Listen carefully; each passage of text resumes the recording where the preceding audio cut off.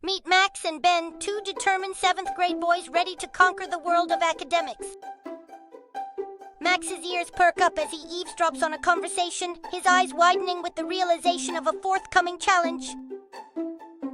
Max isolates himself, convinced that he can surpass Ben without any assistance, buried under a mountain of books. Ben reaches out to Max, offering an olive branch of collaboration, recognizing the power of unity.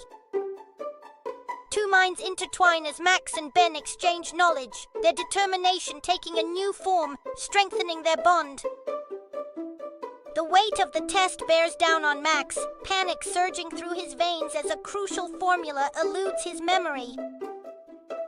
Ben's eyes light up as he remembers the missing formula, passing it along to Max like a secret message in a bottle. Max's eyes widen with newfound hope as Ben's note guides him to the missing pieces, allowing him to complete the puzzle. In an unexpected turn, Max leans over, whispering his answers to Ben, nurturing the seed of collaboration they had planted earlier.